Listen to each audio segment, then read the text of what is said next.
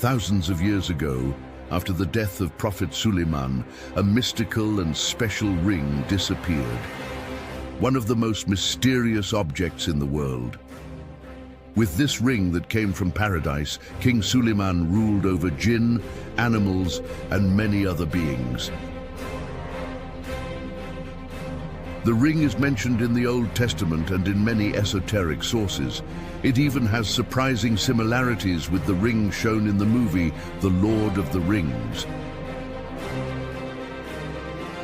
According to the stories, whoever owns this ring can rule the whole world. But who is searching for this ring of extraordinary powers today? According to prophecies, the ring will one day fall into the hands of a power you would never expect, and it will be used over people.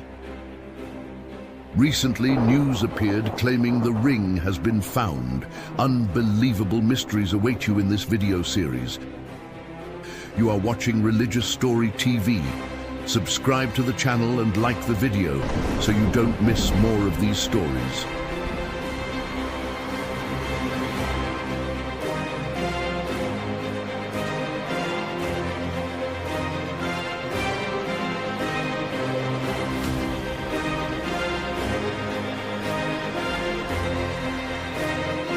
If you are ready, let's begin. Allah not only made Prophet Suleiman one of the 4 rulers who had power over the world, but he also gave him prophethood. His strange life and miracles left those who heard them amazed. He could rule over the jinn and make them work under his command. He could understand the language of animals and speak with them, and even the winds were given to him. His wealth and treasures were so great that nothing like them had ever been seen on earth. Even today, many people are still searching for his hidden treasure, while people are looking for the lost temple of Prophet Suleiman. At the same time, this ring is also being searched for, even today, for world domination.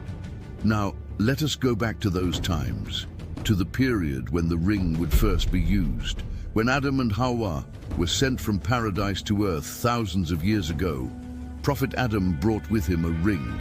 This ring was a gift given to him by Allah. The ring that came from paradise carried a special knowledge. Whoever wore it in this world would gain extraordinary powers. According to the stories, when Adam came down from paradise, the ring came down with him. On one side of the ring were written the words, "The kingdom belongs to Allah." Prophet Adam, who is said to have lived for nearly 1,000 years, returned to paradise after his death.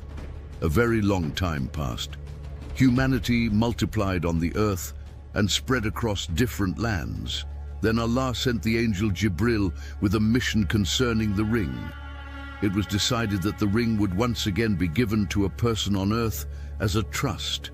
That person was none other than Dawood. With Allah's permission, Jibril took the ring and descended to Dawood. The ring of power had left paradise for the second time. But who was Dawood at that time, and for what purpose was the ring given to him? Prophet Dawood lived about 1,000 years after Ibrahim. In his childhood, he was a shepherd who looked after his family's sheep and lambs. As he grew older, he joined the army. But at first, he was not yet well known or loved by everyone. At that time, there was a warrior known as Jalut, whose name is mentioned in the Quran. He was the eternal enemy of the children of Israel and was considered almost impossible to defeat. Jalut, also known as Goliath, is described in many sources as a giant, and some believe his real height was around 3 meters. During one of the battles, Prophet Dawood challenged Jalut.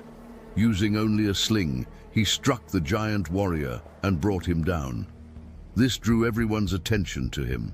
In a short time, he became famous and beloved. In the Quran, Surah Al-Baqarah, verse 251, it is said, "By Allah's permission, they defeated them. Dawood killed Jalut, and Allah gave him kingdom and wisdom and taught him what he willed.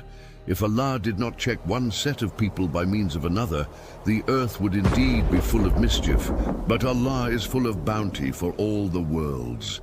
From this verse, we understand that Allah gave great blessings to Prophet Dawood. In the story where the ring was brought to him, we can also see that there was hidden wisdom behind it. This ring, on which the Ismi Azam was written, would give the one who wore it the power, by Allah's permission, to control the jinn, the winds, and the animals. According to what is mentioned in Tabari, when Jibril brought the ring to Dawood, the following event is said to have happened. O Dawood, as Allah has commanded, gather your children. Ask each of them these questions I will give you. Whoever answers correctly will take your place and receive this ring. Then he will rule over the whole world. So Prophet Dawood gathered his sons in front of the people and asked them one by one the questions that Jibril had given him. What is the most beautiful thing in the world? What is the ugliest thing? What is the roughest thing? What is the sweetest thing? The questions were different from each other. Among them, only Suleiman gave the correct answers to all of them. But the test became even harder. Although Prophet Dawood was full of wisdom, strong intuition, and a heart deeply connected to his Lord, and he had already decided to choose Suleiman, he knew that the children of Israel might object. They could question his leadership because Suleiman was only 12 years old at that time. His brothers were older and stronger. Like Prophet Yusuf, he too was one of the youngest among his brothers.